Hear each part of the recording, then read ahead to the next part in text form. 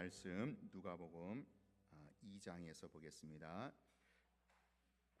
신약성경 91쪽 누가복음 2장 41절로 52절까지입니다. 우리 한 절씩 저희 여러분들이 교독합니다. 그의 부모가 해마다 유월절이 되면 예루살렘으로 가더니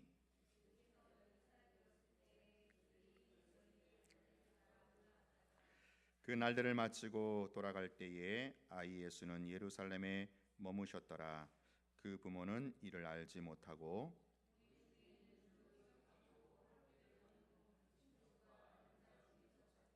만나지 못함에 찾으면서 예루살렘에 돌아갔더니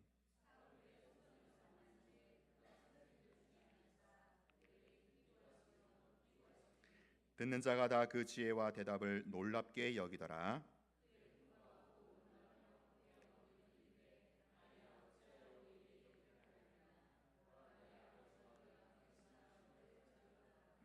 예수께서 이르시되 어찌하여 나를 찾으셨나이까? 내가 내 아버지 집에 있어야 될 줄을 알지 못하셨나이까 하시니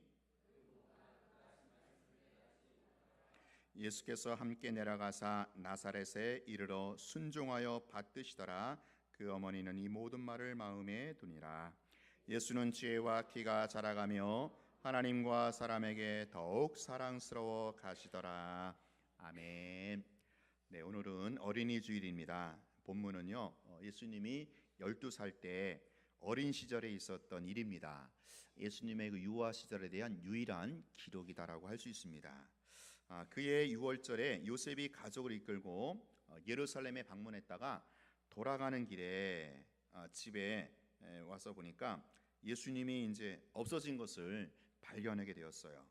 놀란 가슴으로 오던 길을 확인하면서 아이를 찾았지만 쉽게 찾지를 못했습니다. 그러다가 사흘 만에 간신히 아이를 찾게 되는 그런 이야기입니다. 요셉과 마리아가 아이를 발견했을 때 예수님은요, 성전 안에서 선생들, 랍비들이라고 하죠. 그 당시 내노라는 랍비들과 질문과 답변을 주고받으면서 그 자리에 있었습니다. 놀란 가슴을 쓸어내리면서 마리아가 이 예수에게, 아이에게 말하지요. 48절에 보면 아이야, 어찌하여 우리에게 이렇게 하였느냐? 보라, 네 아버지와 내가 근심하여 너를 찾았다. 어디를 가면 좀 말이라도 해야지. 얼마나 너를 찾았는지 아냐? 뭐 그런 의미가 아니겠어요? 3일 동안 부모 마음이 얼마나 속이 탔겠어요? 얼마나 애가 탔겠습니까? 근데 여기에 대한 예수님의 답변이 참 황당해요. 49절에 보면 어찌하여 나를 찾으셨나이까? 아니, 애를 잃어버렸으면 부모가 찾는 거 당연한 거 아니겠어요? 어찌하여 나를 찾습니까? 여러분, 이게 지금 애가 부모한테 할 소리입니까? 3일 동안 속이 새까맣게 타들어간 그 부모에게 아이가 할 소리는 아니지요. 이 아이가 예수님이니까 우리가 그냥 아무 소리 못하고 넘어가는 거 아니겠어요? 만약에 이 아이가 남의 집 애였으면 벌써 몇 대 쥐어박아도 괜찮을 거예요. 이건 누가 봐도 버르장미 없는 그런 아이입니다. 여러분, 아닌 게 아니라 성경을 보면요, 가족에 대한 예수님의 태도가 너무하지 않은가, 그럴 때가 종종 있어요. 대표적으로 하나만 제가 예를 들면 마가복음 3장에 보면 예수님이 이제 한창 사역하실 때 그 예수님의 어머니 마리아하고 그 동생들, 형제들이죠. 형제들이 그 예수가 미친 줄 알고 그걸 제지시키려고 온 적이 있어요. 그 당시 종교 지도자들, 바리새인들이 저 예수는 귀신의 힘을 빌어서 저렇게 능력을 행하는 것이다 그러면서 악평을 하고 또 선전을 하니까 가족들도 정말 그런 줄 알고 그 예수를 찾아와서 이제 말리고자 찾아왔던 거예요. 이때 예수님의 반응이 어떻습니까? 가족들과의 만남을 거절합니다. 그리고 모든 사람 앞에서 공개적으로 이런 선포를 해요. 누가 내 어머니이고 누가 내 형제냐? 내 아버지의 뜻대로 행하는 자가 내 어머니고 내 형제들이다. 그러니까 지금 예수님은요, 당신 곁에 있던 제자들이 내 형제고 내 어머니지, 지금 나 찾아온 저 육신의 어머니, 저 형제가 아니다라는 거예요. 그러면서 더 심각한 것은 그 어떤 죄 사함도 받을 수 있지만 성령을 모독하는 죄는 죄 사함을 받지 못한다. 또 그런 말씀으로 이어져요. 어머니 마리아가 지금 그 죄에 빠져 있다라는 거예요. 성령의 능력으로 행하는 일을 귀신의 일로 여기고 있으니, 지금 어머니는, 마리아는 성령 모독죄에 빠져 있다라고 하는 그런 지적입니다.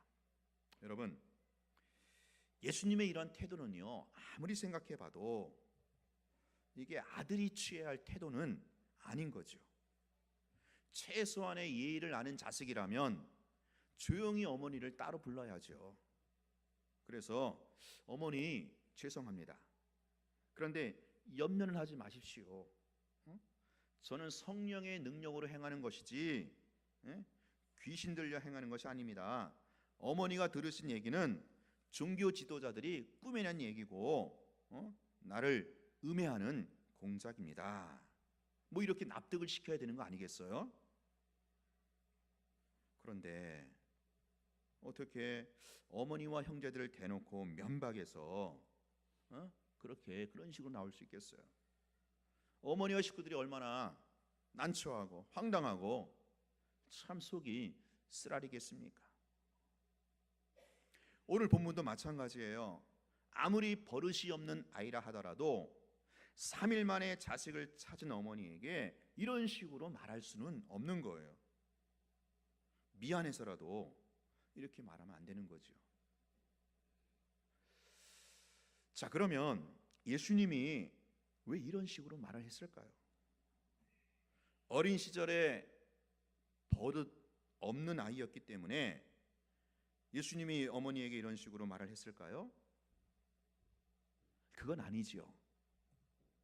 성경은요, 행여라도 우리가 그렇게 생각할까 봐 예수님이 어떤 어린아이였는지를 이어서 즉각 이렇게 덧붙이고 있어요. 51절 보시면 나사렛에 이르러 순종하여 받드시더라. 예수님은요, 평소에 어린 시절에 부모를 공경하고 부모님께 순종하며 받들던 그런 아이였다라는 거예요. 그리고 이어진 52절에 보면 하나님과 사람에게 더욱 사랑스러워 가시더라. 여러분, 만약에 예수님이 정말 버릇 없는 아이라면 사람들에게 사랑과 칭찬을 받을 리가 없지요. 예의 바르고 착한 아이였기 때문에 사람들에게 사랑받고 칭찬받는 것 아니겠어요? 자, 그렇다면 본문에서 예수님이 어머니에게 이런 태도를 보인 것은 결코 버릇 없는 아이를 말해주는 것이 아니란 말이죠. 뭔가 전달하고자 하는 메시지가 있기 때문에 예수님이 의도적으로 이런 언행을 하시는 거예요. 마가복음 3장에서 누가 내 어머니냐, 누가 내 형제냐 라고 말했을 때도 마찬가지예요. 일부러 그렇게 하신 겁니다. 여러분, 그럼 예수님이 왜 이렇게 일부러 이런 언행을 하셨을까요? 이게 오늘 설교의 첫 번째 포인트입니다. 자, 여러분, 예수님은 물론 표면적으로는 요셉과 마리아의 아들이었지만 예수님 그분은요, 한 가정의 아들로만 끝나는 분이 아니다라는 거예요. 그는 하나님의 아들로서 메시아의 길을 가야 할 분이라는 거예요. 그리고 이것은 요셉과 마리아도 익히 알고 있었던 그런 사실이기도 합니다. 아이가 태어나기도 전에 천사가 분명히 예고하지 않았습니까? 오늘 본문은요, 이미 예수님께서 12살 때에 그것을 인식하셨고 그것을 어머니에게 상기시키고 있다고 하는 그런 사건으로 보는 것입니다. 48절에 마리아가 네 아버지하고 내가 근심하여 너를 찾았다라고 했을 때 예수님이 이렇게 답변하시잖아요. 내가 내 아버지 집에 있어야 될 줄을 알지 못하셨습니까? 이 대화에서 지금 마리아도 아버지를 언급하고 있고요, 예수님도 아버지를 언급하고 있어요. 그런데 그 아버지가 서로 다른 아버지예요. 마리아가 언급한 아버지는 요셉이죠. 그리고 예수님이 언급한 아버지는 하늘 아버지 하나님이었어요. 당시 유대인들은 누구도 하나님을 자기 개인의 아버지라고 부른 적이 없거든요. 그런데 예수님은 하나님을 아버지로, 나의 아버지라고 부르는 겁니다. 예수님은 당신이 하나님의 아들이심을 분명히 인식했다라고 하는 의미입니다. 내가 내 아버지 집에 있어야 될 줄을 알지 못하셨습니까? 나는 이 가정의 아들이지만 나는 하나님의 아들입니다. 하나님의 아들입니다. 이런 선포고 이런 의미가 담겨 있는 겁니다. 언젠가 때가 되면 어머니와 아들의 그 관계, 그 정을 넘어서야 한다라는 것이죠. 이 가정의 아들이라는 이 점을 이제는 이 집안의 테두리를 넘어서야 한다라는 의미입니다. 마가복음 3장에서도 누가 내 어머니냐, 누가 내 형제냐라고 했을 때 그 가족이라는 그 정을 넘어서야 한다라는 거예요. 가정의 테두리를 넘어서야 한다라는 선포입니다. 물론 예수님이 부모님을 순종하며 받드셨다는 증언처럼 예수님 부모를 공경하는 효자였어요. 사람들에게 더욱 사랑스러워 하시더라 한 증언처럼 예수님은 예의 바르고 착한 아이였어요. 그러나 그러면서도 어느 순간이 되면 그 부모와 자식의 그 정을 넘어서야 한다는 사실을 예수님이 인식하고 계셨고, 그리고 그렇게 지금 선포를 하신 겁니다.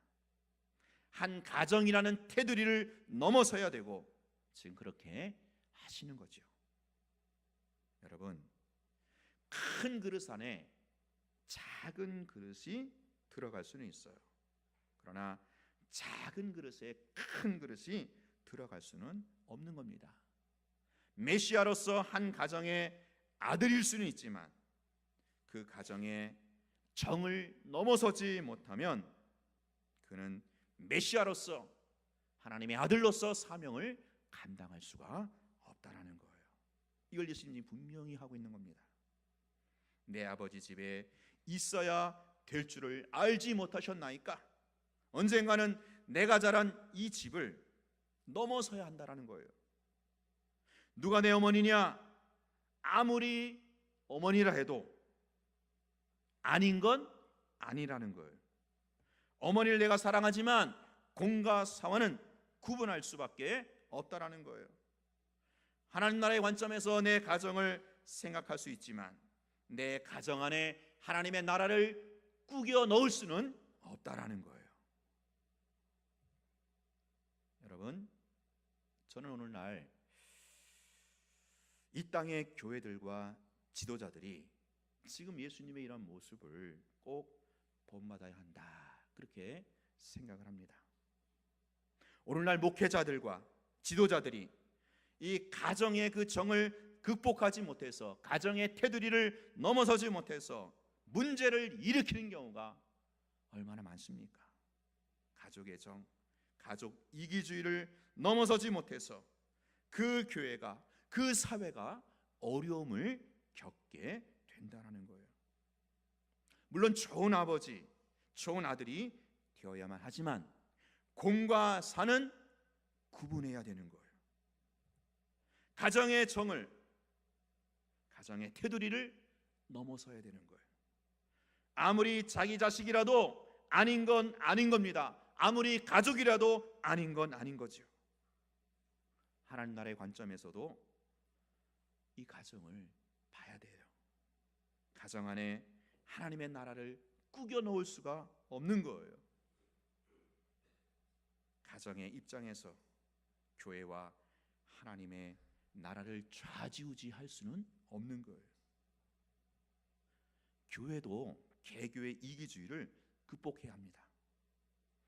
어느 교회를 출석하든지 간에, 어느 교회에 속했든지 간에 그 사람이 예수를 믿는 신자라면 다 동일한 하나님의 사람이고 하나님 나라의 식구들이라는 거예요. 우리가 이 시야를 넓혀야 합니다. 수요일날 전도하다 보면 이렇게 다른 교회 다니는 사람들이 유독 많아요. 있잖아요. 이렇게 왔다 갔다 하면서. 그럴 때 아이고 우리 교회 다니지, 아깝다. 그게 아니고 어때요? 반가운 거예요. 아, 다른 교회 다닌다니까 반갑더라고요. 같은 식구잖아요. 하나님이 봤을 때는 큰 집 작은 집이거든요. 이게 숟가락 옮겨 놓는 거거든요. 우리가 개교회주의에 묻혀갖고 교회끼리 경쟁하고 뭐 싸우고 할 필요가 전혀 없는 거예요. 여러분이 이 홍제동 거리를 걷다가 사람을 만났어요. 한국 사람이세요? 이건 미친 사람이죠. 그러나 알래스카나 시베리아 그쪽에서 한국 사람을 만나면 전혀 모르는 사이에도 한국 사람이세요, 그렇게 인사하게 되는 거예요. 평상시 같으면 광주 사람들은, 전라도 사람들은 해태 타이거스 응원합니다. 부산 사람들은 롯데 자이언트를 응원해요. 그런데 한국 팀하고 일본 팀하고 경기를 하면 전라도 사람이건 경상도 사람이건 누구를 응원해요? 한국 팀을 응원하죠. 한국 팀. 그때는 다 하나가 되는 거예요. 시야가 한 도시에서 국가로, 한 국가에서 세계로, 우주적인 하나님의 나라로 넓어지는 거예요. 여러분, 시야를 이렇게 넓혀야 합니다. 하나님의 입장에서 교회를 보게 되고, 하나님의 입장에서 가정도 보게 되고, 하나님의 입장에서 나를 생각하게 되는 거예요. 나는 한 가정의 부모이고 한 가정의 자식이기도 하지만 동시에 하나님의 교회, 이 우주적인 하나님의 교회의 지체가 된다라는 거예요. 하나님 나라의 시민이 된다라는 거죠. 보다 넓은 관점에서 이 우주적인 하나님의 나라를 바라봐야 한다라는 거예요. 그렇게 될 때 하나님의 뜻을 이루며 그의 영광을 드러내는 가정과 교회가 될 수 있다는 겁니다. 자, 오늘 또 본문에서 예수님은요, 랍비들과 이 성경 율법을 가지고 토론을 해요. 그러면서 그들을 깜짝 놀라게 만들어요. 12살 어린아이니까 지금으로 치자면 초등학교 한 5학년, 6학년쯤 되겠죠. 주일학교 학생이에요. 자, 그런데 초등학교 5학년, 6학년 주일학교 학생이 지금 당대에 내노라 하는 율법학자들하고 랍비들하고 토론할 정도로 말씀 실력을 갖추고 있다라는 거예요. 이건 보통 일이 아니죠. 정말 경악스러운 일이기도 합니다. 아니 뭐 예수님이니까, 하나님의 아들이니까 당연한 거 아니냐 이렇게 생각할 수도 있겠지만 이게 단순한 일이 아니에요. 예수님은 물론 하나님의 아들이지만 다른 사람들과 똑같은 인간으로 태어나시고 자라셨어요. 물론 자신이 하나님의 아들이었다고 하는, 그렇게 인식하는 특별한 계시가 있었고 인도하심이 있었지만 그것 빼고는 다른 사람들과 똑같은 그런 그 인간의 길을 그렇게 성장을 하셨어요. 자, 그렇다면 예수님의 이 어린 시절의 이 말씀 실력 역시 다른 사람들과 똑같은 동등한 경쟁에서 습득한 것이라고 할 수 있는 거죠. 그러면 어떻게 이러한 실력을 갖추게 되었을까요? 당연히 유일하게 바로 부모의 양육을 통해서입니다. 여러분, 유대인들은요, 지금도 마찬가지이지만 당시에는요, 그 부모가 아이의 성경 교사입니다. 부모가요, 책임지고 자녀들을 말씀으로 양육하게 되어 있어요. 이게 유대인의 가정교육이고 유대인 교육입니다. 예수님의 어린 시절에 이런 실력은 부모가, 특히 요셉이 최선을 다해서 말씀으로 양육을 했다고 하는 증거가 되기도 합니다. 46절에 의하면 예수님이 랍비들 중에 앉아가지고 듣기도 하고 묻기도 했다라고 말씀해요. 다시 말하면 예수님은요, 이게 토론을 통해서 랍비들을 깜짝 놀라게 만들었다라는 거예요. 여러분, 토론을 통해서 드러나는 실력은요, 토론을 통해서 이게 길러지게 되어 있어요. 암기식 교육으로, 주입식 교육으로는 그게 길러지지가 않아요. 우리 한국의 학생들이 외국에 유학 가서 고생하는 이유가 이것 때문이잖아요. 늘 주입식 교육, 늘 암기식 교육에 익숙하다 보니까 질문하고 대화하면서 그 창의력을 발전시키는 그들의 방식에는 따라갈 수가 없는 거죠. 오늘 본문에서 예수님은 토론을 통해서 랍비들을 놀라게 했다라는 것, 이것은요, 그가 평소에 이러한 토론식 말씀 교육을 받았다고 하는 증거입니다. 그러면 누가 이 예수와 함께 대화하고 토론하면서 이렇게 말씀으로 양육을 했을까요? 누가요? 당연 부모지요. 부모밖에 없어요. 예수님이 실력을 갖춘 것은 혼자 공부해서가 아니에요. 그만큼 요셉이 적극적으로 개입해서 아들과 대화하면서 토론식으로 말씀으로 양육을 했다라고 하는 거예요. 여러분, 이 아버지 요셉의 직업이 뭔지 아세요? 목수였어요. 사회적 지위가 그다지 높지가 않았어요.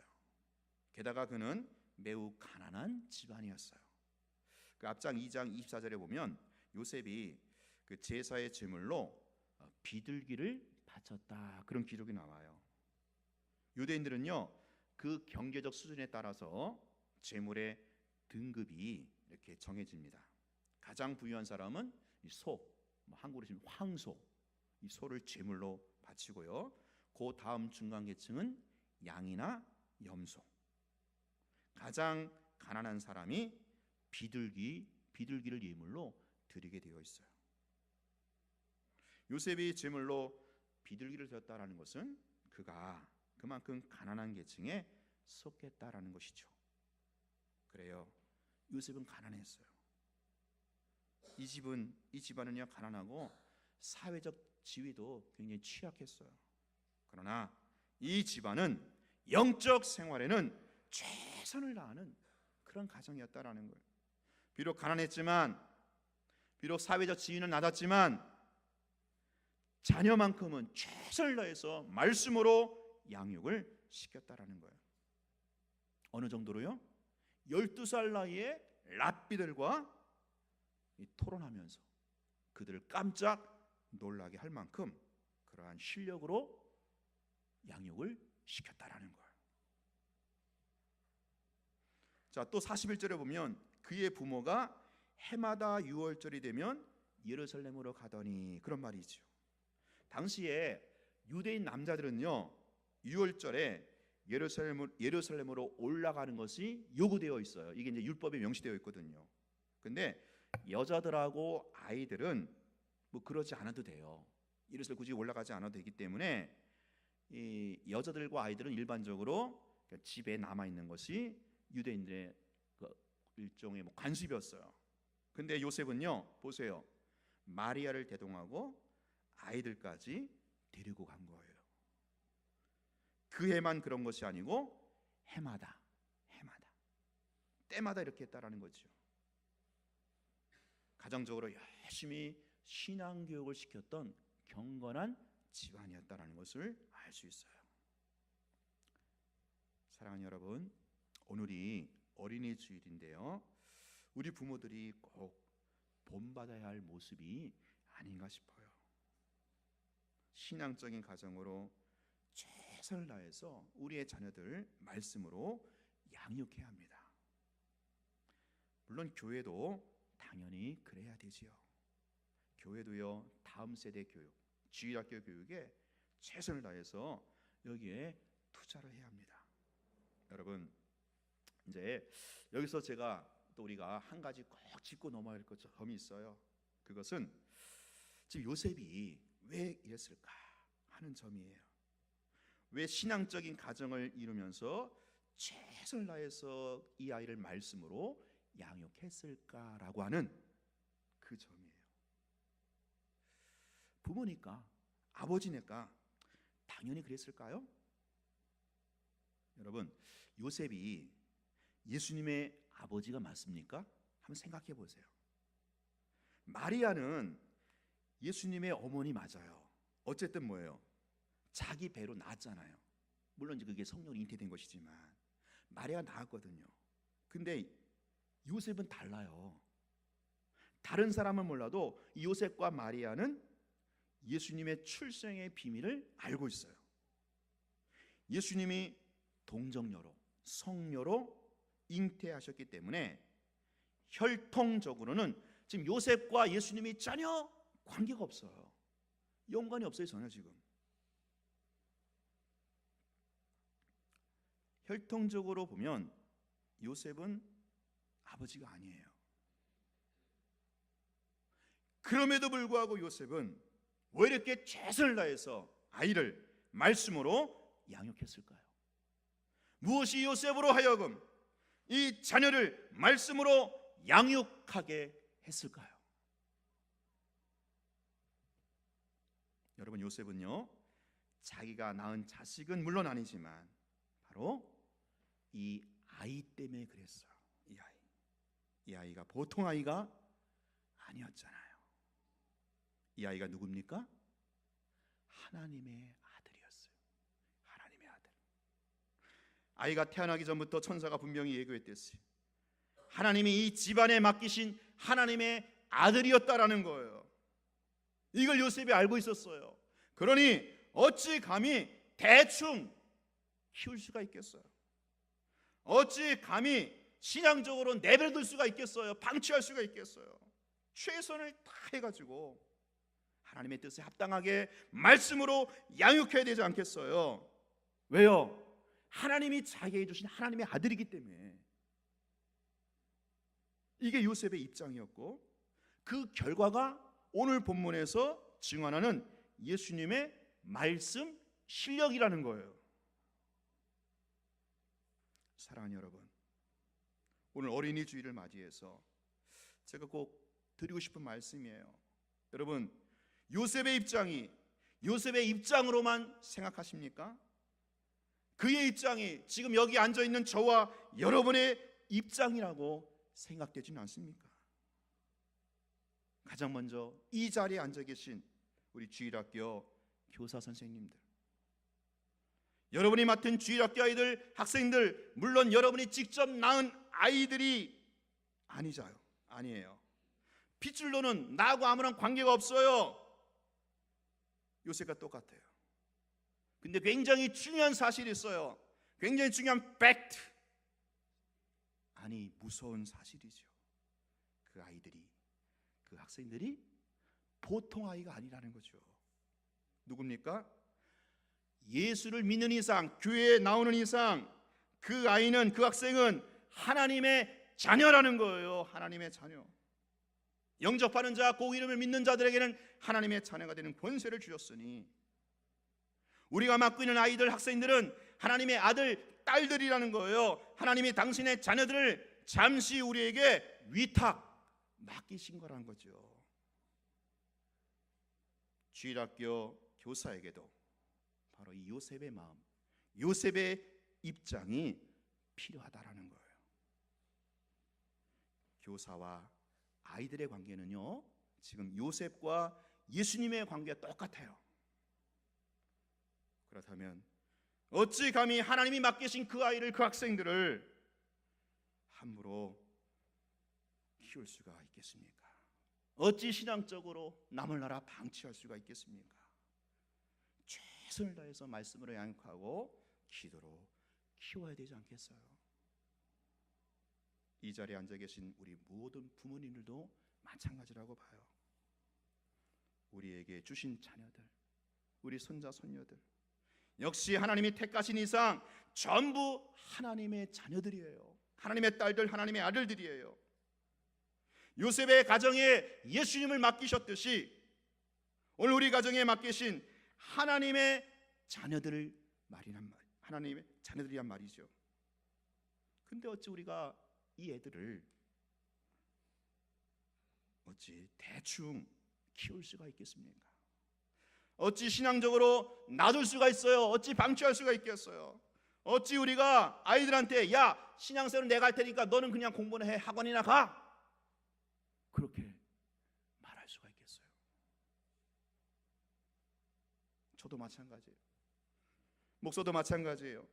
여러분 생물학적으로는 제가 어리지만 여기 계신 모든 분들 하나님의 자녀들이에요. 하나님의 백성들이에요. 주님께서 이 교회와 저에게 맡기신 하나님의 양들이에요. 제가 어떻게 여러분을 말씀으로 양육하고 기도하는 일을 등한시 할 수 있겠어요? 어찌 말씀으로 양육하고 키우는 일에 소홀히 할 수가 있겠어요? 이건 직무유기죠.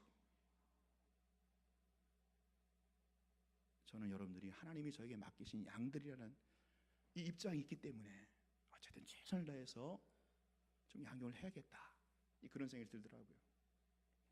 그래서 다음 주부터 이제 양육반 시작을 합니다. 여러분들이 하나님의 자녀이기 때문에, 하나님이 저에게 맡기신 하나님의 양들이기 때문에 제가 그런 심정으로, 그런 필요로, 그런 입장으로 양육에 들어가는 거예요. 여러분 구역장, 우리 중직들 여러분도 마찬가지예요. 여러분의 구역 식구들은요, 예수를 믿는 이상, 교회 다니는 이상 전부가 하나님의 자녀들이에요. 하나님의 백성들이에요. 어찌 그들을 신앙적으로 방치할 수 있겠어요? 에이, 그냥 교회 나오려면 나오고 말려면 말아라. 믿으려면 믿고 믿지 않으면 말아라. 어찌 그렇게 할 수 있겠어요? 구역장이, 중직이. 우리 모두에게 이 요셉의 태도, 요셉의 입장이 필요하다라는 거죠. 이게 이론적으로 그렇다는 게 아니에요. 비유적으로 그렇다는 게 아니에요. 이게요, 영적 현실, 사실, 팩트라는 거예요. 우리 모두가 요셉과 동일한 입장에 서 있다는 것을 반드시 명심하시기 바라요. 비록 비둘기밖에 드릴 수 없는 가난한 환경이더라도 여러분 그거 상관없어요. 우리 교회가 부해도 가난해도 상관이 없어요. 우리 교회가 크든 작든 관계없어요.